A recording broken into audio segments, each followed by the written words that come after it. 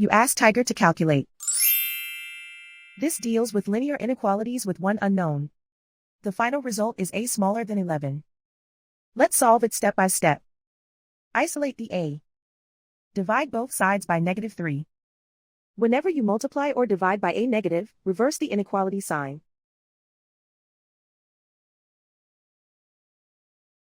Cancel out the negatives.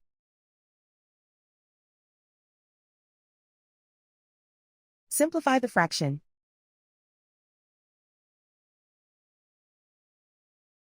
Cancel out the negatives.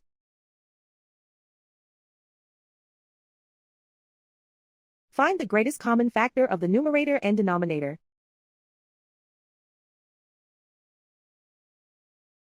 Factor out and cancel the greatest common factor.